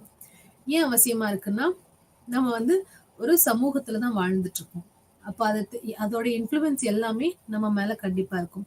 நம்ம சோஷியல் சைக்காலஜிங்கிற ஒரு பிரான்ச் பார்க்கணும். சோஷியல் சைக்காலஜில பிரான்ச்ல என்ன சொல்றாங்கன்னா, சோஷியல் சைக்காலஜி என்பது என்னன்னா, ஒரு தனி நபருக்கும் இன்னொரு தனி நபருக்கும் இருக்கக்கூடிய ஒரு இன்டராக்ஷன். ஒரு தனி நபருக்கும் மற்றும் ஒரு குழுக்கும் இருக்கக்கூடிய ஒரு இன்டராக்ஷன் தான் சோஷியல் சைக்காலஜின்னு சொல்றாங்க. ஒருவரோ இல்ல பலருக்கு நடுவுல இருக்கக்கூடிய ஒரு தொடர்பு தான் சோஷியல் சைக்காலஜில படிக்கிறோம். இந்த சின்ன டெஃபினேஷன் கீழே நிறைய விஷயங்கள் வருது. நம்ம இதுல காம்ப்ளைன்ஸ் படிக்கிறோம், ஒபீடியன்ஸ் படிக்கிறோம், கன்ஃபர்மிட்டி போன்ற நிறைய விஷயங்கள் படிக்கிறோம். சோஷியல் சைக்காலஜிக்கான முக்கியத்துவத்தை நான் சொல்றேன். சோஷியல் சைக்காலஜிங்கிறது நமக்கும் மற்றவர்களுக்கோ இல்ல மற்றொரு குழுக்கோ நடுவில் இருக்கக்கூடிய ஒரு தொடர்பு. இந்த தொடர்பு ரொம்ப ரொம்ப அவசியமான ஒரு தொடர்பா இருக்கு. ஏன்னா அது நம்மளுடைய முன்னேற்றத்திற்கும் காரணமாக இருக்கலாம், நம்மளுடைய அழிவிற்கும் காரணமாக இருக்கலாம். அதனாலதான் நமக்கும் சொசைட்டி கல்ச்சருக்கு இடையே இருக்கக்கூடிய இன்டராக்ஷனை நம்ம இப்ப பார்க்க போறோம். இதுல சொசைட்டி என்றால் என்ன? சொசைட்டி என்றால் சொசைட்டி மற்றும் கல்ச்சர் இது ரெண்டுத்துக்குமே பெரிய வித்தியாசம் இருக்குது. ரெண்டுமே வேற வேற விஷயங்கள் முழுசா. இப்போ சொசைட்டி சமூகம் என்றால் என்னன்னு பார்க்கும்பொழுது இது ஒரு கேட்டகரி. நம்ம கேட்டகரி வைஸா நிறைய விஷயங்களை பிரிச்சு வச்சிருக்கோம். உதாரணத்துக்கு நம்மளுடைய ரேஸ், நம்மளுடைய காஸ்ட், நம்மளுடைய செக்ஸ், அதாவது ஜெண்டர், இந்த விஷயங்கள் எல்லாமே தனித்தனியா பிரிச்சு வச்சிருக்கோம் இல்லையா? இப்ப ஜெண்டர்னு பார்க்கும்பொழுது ஆண், பெண் மற்றும் பலர், இந்த 3 ஜெண்டர் இருக்கு. ரேஸ்ல நிறைய விஷயங்கள் இருக்கு. காஸ்ட்ல சொல்லவே வேண்டாம், நிறைய காஸ்ட் இருக்கு. இது எல்லாமே என்ன, சொசைட்டில இருக்கக்கூடிய ஒரு கான்செப்ட், ஒரு கேட்டகரி. ஆனா கல்ச்சர் என்றால் என்ன? இப்ப நம்ம பார்த்த ஜெண்டர்ல கல்ச்சர் எப்படி இந்த இடத்துல இருக்குன்னு பார்க்கும்பொழுது நம்மளுடைய கல்ச்சர்ல பொதுவாகவே மாற்று கருத்துகள் கண்டிப்பா இருக்கும். பட் பொதுவாக குறிப்பிடுற விஷயம் எல்லாம் இல்ல, பெண்கள் வீட்டு வேலையை நல்ல திறனா செய்வாங்க அப்படிங்கிறது ஒரு ஒரு ஒரு நம்பிக்கையாக இருக்கு, கல்ச்சரல் பிலீஃபாக இருக்கு. இப்போ இந்த ஜெண்டருக்கு நம்ம அசைன் பண்ண ரோல் இருக்கு இல்லையா, அதுதான் நம்மளுடைய கல்ச்சர் பண்ணது. நம்ம ஜெண்டர் ஆண், பெண் மற்றும் பலர்னு பிரிச்சிருக்கோம். இந்த ஆணுக்கான வேலை என்ன, பெண்ணுக்கான வேலை என்ன, மற்றும் பலர்ல இருக்கக்கூடியவர்களுக்கான வேலை என்னங்கிறத நம்மளுடைய கல்ச்சர் சொல்லுது. ஆரம்ப காலங்கள்ல ஹிஸ்டாரிக்கல்ல பார்க்கும் பொழுது இந்த ஜாதியில நிறைய பிரிவினைகள் இருந்துச்சு இல்லையா? அப்ப அது தொழிலுக்கு ஏத்த மாதிரி பிரிவினைகள் இருந்துச்சு. அது எல்லாமே கல்ச்சர் கொண்டு வந்ததுதான். கல்ச்சரலா தான் இந்த காஸ்ட் சேர்ந்தவர்கள் இந்த வேலையை செய்ய வேண்டும்ங்கிறது ஆரம்ப காலத்துல இருந்துச்சு. கண்டிப்பா அதுல ஒரு நல்ல மாற்றங்கள் இப்ப வந்திருக்கு. ஆனா கல்ச்சருடைய வேலை இதுதான்.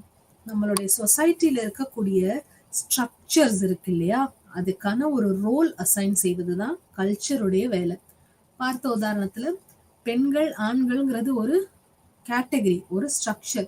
பெண்களுக்கான வேலை என்ன, ஆண்களுக்கான வேலை என்னங்கிறத நம்மளுடைய கல்ச்சர் முடிவெடுக்குது. இதுதான் சொசைட்டிக்கும் மற்றும் கல்ச்சருக்கும் இருக்கக்கூடிய ஒரு பெரிய வித்தியாசம். அடுத்து நம்ம பார்க்கக்கூடியது role of culture in society. இந்த சொசைட்டிக்கும் மற்றும் நம்மளுடைய கல்ச்சருக்கும் இருக்கக்கூடிய ரோல்ஸ் எல்லாம் என்னங்கிறத பார்க்க போறோம் நம்ம இப்போ. முதல்ல இருக்கக்கூடியது செல்ஃப் ரெகுலேஷன். நம்மளுடைய கல்ச்சர், சொசைட்டி எதுக்காக அவசியம்னு பார்க்கும்பொழுது முதல்ல செல்ஃப் ரெகுலேஷன். நிறைய நேரங்கள்ல நம்ம ஒரு கோயிலோ இல்லை ஏதோ ஒரு மதம் சார்ந்த ஒரு புனித ஸ்தலத்துக்கு நம்ம போகும்பொழுது நமக்குள்ள நிறைய மாற்றங்கள், நம்ம வீட்டுல நடந்துக்கிற மாதிரி அந்த புனித ஸ்தலங்கள்ல நடந்துக்க மாட்டோம் இல்லையா? கோயிலுக்கோ சர்ச்சுக்கோ நம்ம போகும்பொழுது நம்ம கொஞ்சம் கண்ட்ரோல்டா இருப்போம், கொஞ்சம் செல்ஃப் ரெகுலேட்டடா இருப்போம். அப்போ இது நமக்கு கலாச்சாரம் கொடுத்த ஒரு விஷயம்தான். நமக்கு சொசைட்டியும் கலாச்சாரமும் கொடுத்த ஒரு விஷயங்கள் தான் செல்ஃப் ரெகுலேஷன்ல வருது. இப்போ செல்ஃப் ரெகுலேஷன் என்றால் நம்ம கட்டுப்படுத்திக்க கூடிய ஒரு விஷயம். இதுக்கு ஒரு நல்ல உதாரணம் நம்ம பார்க்கும் பொழுது, நிறைய பேர் இந்த விரதம் இருக்கும் பொழுது, அது எந்த மதத்தோட விரதமாக இருந்தாலும் சரி, விரதம் இருக்கும் பொழுது நிறைய விஷயங்களை கட்டுப்படுத்தி ஆகணுங்கிற ஒரு கட்டாயம் இருக்கும். தீய பழக்கங்கள்லாம் ஈடுபட முடியாது. இல்ல சிலர் சாப்பிடாம விரதம் இருப்பாங்க. நிறைய மதங்கள்ல இந்த விரதம் கான்செப்ட் இருக்கு. அப்போ அந்த நேரத்துல என்ன இருக்குன்னா, நிறைய விஷயத்த கண்ட்ரோல் பண்ணி ஆகணுங்கிற கட்டாயம். இது யாரு நமக்கு கொடுத்ததுன்னா நம்மளுடைய கல்ச்சர், நம்மளுடைய கலாச்சாரமும் சமூகமும் சொல்லி கொடுத்த விஷயம் தான் இது. இப்போ செல்ஃப் ரெகுலேஷனுக்கு நம்மளுடைய கல்ச்சரும் கலாச்சாரமும் உதவிகரமா இருக்கு. இன்னொரு விஷயம் ரோல் பிரசன்டேஷன். ரோல் பிரசன்டேஷன் என்றால் நம்ம கலாச்சாரத்துல ஒரு தந்தையாக இருக்கும் பொழுது இப்படி இருக்கணும், ஒரு மகனாக இருக்கும் பொழுது நான் இப்படி இருக்கணும், ஒரு தாயாக இருக்கும்போது என்னுடைய ரோல்ஸ் எல்லாம் இது அப்படிங்கிற விஷயத்த நம்மளுடைய கல்ச்சர் தான் நமக்கு கொடுத்துருக்கு. அப்போ தந்தை தாயாக இருக்கும் பொழுது பொறுப்புகள் அதிகமா இருக்கும். இதே ஒரு மகனாக இருக்கும் பொழுது சின்ன வயசுல எல்லாம் பொறுப்புகள் குறைவாக இருக்கும். சம்பாதிக்க வேண்டும், தந்தை மற்றும் தாய் வீட்டுல இருக்கிற வேலைகளை பகிர்ந்து செய்ய வேண்டும். இது எல்லாமே கலாச்சாரம் நமக்கு சொல்லிக் கொடுத்த விஷயம். அந்த கலாச்சாரத்துல நல்ல விஷயங்களும் இருக்கலாம், மற்றும் சில நேரங்கள்ல நமக்கு உதவிகரமாக இல்லாத விஷயங்களும் கலாச்சாரத்துல இருக்கலாம். அது நம்மளுடைய பர்செப்ஷனை பொறுத்துதான். ரோல் பிரசன்டேஷன் என்றால் கலாச்சாரத்துல கலாச்சாரம் நமக்கு சமூகத்துல கொடுத்திருக்கக்கூடிய நம்மளுடைய ரோல் என்ன, நம்மளுடைய வேலை என்னங்கிறத நமக்கு உதவிகரமா இருக்கு இந்த கலாச்சாரம் மற்றும் சமூகத்தின் புரிதல்னால. அடுத்து இருக்கக்கூடியது சோர்ஸ் ஆஃப் மீனிங். இந்த கலாச்சாரம் மற்றும் சமூகம் இருக்கும் பொழுது நம்ம எதுக்காக வாழ்றோங்கிற வாழ்க்கைக்கான அர்த்தம் நமக்கு இருக்கு. நிறைய பேர் சொல்லி கேள்விப்பட்டிருப்பாங்க, என் குடும்பத்துக்காக தான் வாழ்றேன். அப்ப குடும்பங்கிற ஒரு கட்டமைப்பை கொடுத்ததே நம்மளுடைய கலாச்சாரம் மற்றும் நம்மளுடைய ஒரு சொசைட்டி, சமூகம் தான். அடுத்து இருக்கக்கூடியது கல்ச்சர் அண்ட் செல்ஃப். சுயம் மற்றும் கல்ச்சர். சுயம் மற்றும் கல்ச்சர் எப்படின்னு பார்க்கும்பொழுது நம்மளுடைய கல்ச்சர்ல நிறைய ஓரியன்டேஷன் இருக்கு. அப்போ இதுல பார்க்கும்பொழுது முதல்ல இருக்கக்கூடியது நம்மளுடைய பவர் டிஸ்டன்ஸ். பவர் டிஸ்டன்ஸ் என்றால் சமூகத்துல இருக்கக்கூடிய ஹைரார்கியல் ஆர்டர், அதுக்கேத்த மாதிரி நம்ம எப்படி நம்மளை மாற்றிக்கொள்கிறோங்கிறது பவர் மற்றும் டிஸ்டன்ஸ். இதுக்கு ஒரு 6 கல்ச்சரல் டைமென்ஷன் இருக்கு. இது கீட் அவர்கள் கொடுத்திருக்காங்க, ஒரு 6 கல்ச்சரல் டைமென்ஷன். அதே மாதிரிதான் நம்ம கிட்ட influence of culture on psychological functioning இருக்கு. நம்மளுடைய கலாச்சாரம் நம்மளுடைய சைக்கலாஜிக்கல் ஃபங்க்ஷனிங், உளவியல், நம்மளோட உளவியல் சார்ந்த வேலைப்பாடுக்கு நம்மளுடைய கலாச்சாரம் எப்படி உதவிகரமா இருக்கு. இவ்வளவு நேரம் நம்ம சமூகத்தை பத்தி பேசணும். இந்த கலாச்சாரம் சமூகம் சார்ந்த விஷயங்கள்ல என்ன மாதிரியான மாற்றங்களை கொண்டு வருதுங்கிறத பார்த்தோம். இப்ப இந்த கலாச்சாரம் உளவியல் சார்ந்த விஷயங்கள்ல எந்த மாதிரி மாற்றங்களையோ இல்ல எந்த மாதிரி தாக்கத்தையோ ஏற்படுத்துங்கிறத பார்க்க போறோம். முதல்ல இருக்கக்கூடியது சைக்கலாஜிக்கல் ஃபங்க்ஷனிங் என்றால் என்னன்னு புரிஞ்சுப்போம். நம்மளுடைய மென்டல் ப்ராசஸ் பார்த்தோம் இல்லையா, மென்டல் ப்ராசஸ், பிஹேவியர், எக்ஸ்பீரியன்ஸ், இது எல்லாமே தான் சைக்கலாஜிக்கல் ஃபங்க்ஷனிங். அப்போ இந்த கலாச்சாரம் என்பது இந்த சைக்கலாஜிக்கல் ஃபங்க்ஷனிங்ல எந்த மாதிரியான தாக்கத்தை ஏற்படுத்துதுங்கிறதுல நிறைய விஷயங்கள் இருக்கு. முதல்ல என்னன்னா நம்மளுடைய காக்னிஷன்ல அதோடைய தாக்கம். காக்னிஷன்ல அதோடைய தாக்கம்னு பார்க்கும்பொழுது நம்ம இண்டிவிஜுவல் வர்சஸ் கலெக்டிவிஸ்டிக் சொசைட்டிங்கிறது என்னன்னு புரிஞ்சுக்கணும். முதல்ல இண்டிவிஜுவலிஸ்டிக் சொசைட்டி மற்றும் கலெக்டிவிஸ்டிக் சொசைட்டி. இந்தியால நம்ம வாழ்றது எப்பொழுதும் நம்ம குடும்பத்தோட தான் வாழ்வோம். பிறந்ததுல இருந்தே அந்த குழந்தை கல்யாணம் ஆகிற வரைக்கும் இல்ல கல்யாணம் ஆனதுக்கு அப்புறம் கூட தாய் தந்தையரோட வாழ்வாங்க, தாய் தந்தையரோட கூடவே வாழ்வாங்க. ஆனா இந்த கலாச்சாரம் வெஸ்டர்ன் கண்ட்ரீஸ்ல நிறைய நாடுகள்ல இல்ல. 18 வயசு ஆன உடனே அவங்க தனியா போய் அவங்களுடைய வாழ்க்கையை வாழ்வாங்க. அப்போ ஒரு முடிவு எடுக்கும் பொழுது, இந்தியால நம்ம குடும்பங்கள்ல ஒரு முடிவு எடுக்கும் பொழுது குடும்பத்துல இருக்கிற எல்லார பத்தியும் யோசிச்சுதான் நம்ம அந்த முடிவு எடுக்க வேண்டிய ஒரு கட்டாயம்னு வச்சுக்கலாம், ஒரு ஒரு சூழல் இருக்கு. ஆனா இண்டிவிஜுவலிஸ்டிக் சொசைட்டில அப்படி கிடையாது. எல்லாரும் தனித்தனியா தான் இருக்கிற போது தனியா தனக்கு ஏத்த மாதிரி முடிவுகளை எடுத்துக்கலாம். மற்றவர்களை அந்த முடிவுல ஒரு பங்கா எடுத்துக்கிறதுக்கு அவசியம் இல்லை. அப்போ இண்டிவிஜுவலிஸ்டிக் சொசைட்டினா இண்டிவிஜுவலாக, தனிநபராகவே தன்னுடைய சுற்றி இருக்கிற கட்டமைப்பை அமைச்சுக்குவாங்க. கலெக்டிவிஸ்டிக்னா எல்லாரும் ஒன்னா சேர்ந்து இருக்கிறது, ஒன்னா சேர்ந்து வாழ்வது. எந்த முடிவாக இருந்தாலுமே நம்மளுடைய காக்னிஷன்ல நம்ம எல்லாரையும் சேர்த்துதான் மற்றும் கலெக்டிவிஸ்டிக் சொசைட்டி எப்படி நம்மளுடைய காக்னிஷனை இன்ஃப்ளூயன்ஸ் பண்ணுது. கல்ச்சர்ல இருக்கக்கூடிய இண்டிவிஜுவலிஸ்டிக் மற்றும் கல்ச்சரல் கான்செப்ட் நம்மளுடைய காக்னிஷனை இன்ஃப்ளூயன்ஸ் பண்ணுது. ஒரு முடிவு எடுக்கும் பொழுது, முக்கியமான வாழ்க்கைக்கான முடிவு எடுக்கும் பொழுது குடும்பத்துல இருக்கிற எல்லாருடைய முடிவையும் கேட்கறது, எல்லார பற்றியும் யோசிச்சுதான் அந்த முடிவு எடுப்போம் கலெக்டிவிஸ்டிக் கல்ச்சர்ல இருக்கிறவங்க. அடுத்து இமோஷன் மற்றும் influence on emotion. Influence on இமோஷனுமே அதுதான். நம்மளுடைய உணர்ச்சிகளுமே இந்த கலாச்சாரம்னால நம்மளுடைய உணர்ச்சிகள் நிறைய இடத்துல பாதிக்கப்படுது. உதாரணத்திற்கு சில விஷயங்கள்ல ஈடுபாடு இல்லாத பட்சத்துல நம்ம அதை செய்ய வேண்டியங்கிற ஒரு கட்டாயத்துல இருக்கும் பொழுது நம்மளுடைய உணர்ச்சிகள் பாதிக்கப்படுது. ஒரு உதாரணம்னு பார்க்கும் பொழுது இந்த மாதிரியான ஆடைகள் தான் அணிய வேண்டும்னு சில குடும்பங்கள்ல கட்டாயம் இருக்கும். ஆனா அந்த மாதிரியான ஆடைகள் அணியதற்கு தனிநபருக்கு விருப்பம் இருக்காது. ஆனாலும் அதை கேட்டு அந்த மாதிரி ஆடைகள் அணிஞ்சே ஆகணுங்கிற கட்டாயத்துல நம்மளுடைய உணர்ச்சிகள் பாதிக்கப்படுது. சோகமாகறோம், இல்ல ஏதோ ஒரு விஷயங்கள்லாம் நடக்குது நம்மளுடைய உணர்ச்சியை சார்ந்து, சோகம், சந்தோஷம், நிறைய விஷயம். இதே நம்மளுடைய கலாச்சாரத்துல குடும்பத்துல இருக்கிற குழந்தைங்களை ரொம்ப ரொம்ப நல்லா பாத்துக்கணும்னு இருக்கும். அப்ப அந்த குழந்தைங்களுக்கு தான் எல்லா விஷயமும் போய் சேரும். அப்ப நம்மளுடைய கலாச்சாரம் என்ன பண்ணுது, ஒரு நல்ல உணர்ச்சியை கொடுக்குது அந்த குழந்தைக்கும்.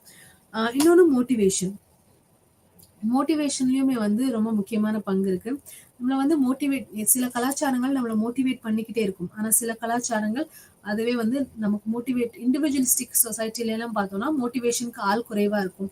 இதே கலெக்டிவிஸ்டிக் சொசைட்டில நம்மளுடைய அம்மா, அப்பா, அண்ணா, தம்பி, தங்கச்சி எல்லாருமே இருப்பாங்க. நம்ம ஒரு வேலை செய்யணும்னு நினைக்கும் போது நமக்கான மோட்டிவேஷன் வந்து அந்த இடத்துல எல்லாருக்கிட்டையும் கிடைக்கும். இப்போ நம்மளுடைய பெர்ஃபார்மன்ஸும் பெட்டரா இருக்கும். ஸோ கலாச்சாரத்தோடைய இம்பாக்ட் வந்து சைக்கலாஜிக்கல் ஃபங்க்ஷனிங்ல எப்படி இருக்குன்னா 3 வகையா இருக்கு. ஒன்னு காக்னிட்டிவா இருக்கு, இன்னொன்னு இமோஷனா இருக்கு, மூன்றாவது மோட்டிவேஷனா இருக்கு. ஐடென்டிட்டி நம்மளுடைய அடையாளத்துல எப்படி வந்து இந்த விஷயம் ஒரு முக்கிய பங்கு வகிக்குதுங்கிறத பார்க்க போறோம். நம்மளுடைய சோஷியோ கல்ச்சரல் இன்ஃப்ளூயன்ஸ் ஆன் ஐடென்டிட்டில. இப்போ இந்த சோஷியோ கல்ச்சரல் இன்ஃப்ளூயன்ஸ் ஆன் ஐடென்டிட்டில முதல்ல பார்க்கக்கூடிய விஷயம் சோஷியோ எக்கனாமிக் ஸ்டேட்டஸ். நிறைய நேரங்கள்ல நம்மளுடைய ஐடென்டிட்டி சோஷியல் ஃபேக்டர்ஸ்னாலையும் சோஷியோ கல்ச்சரல் ஃபேக்டர்ஸ்னாலையும் நம்மளுடைய ஐடென்டிட்டி இருக்கும். ஒரு உதாரணம்னு பார்க்கும் பொழுது ஒரு ஏரியால நிறைய பேர் வாழ்ந்து கொண்டு இருக்கும் பொழுது ஒரு ஐடென்டிட்டி எப்படி சொல்லுவாங்கன்னா, அந்த பணக்காரவங்களா, அந்த பெரிய ஃபேக்டரி வச்சிருக்கிறவங்களா, அந்த பெரிய கார், பெரிய வீடு வச்சிருக்கிறவர்களா, இது எல்லாமே என்ன நம்மளுடைய சோஷியோ எக்கனாமிக் ஸ்டேட்டஸ் தான் நம்மளோட ஐடென்டிட்டியை கொண்டு வருது. அப்போ சோஷியோ எக்கனாமிக் ஸ்டேட்டஸ் அண்ட் ஐடென்டிட்டிங்கிறது நம்மளுடைய ஐடென்டிட்டிக்கான ஒரு முக்கியமான விஷயமாக இருக்குது.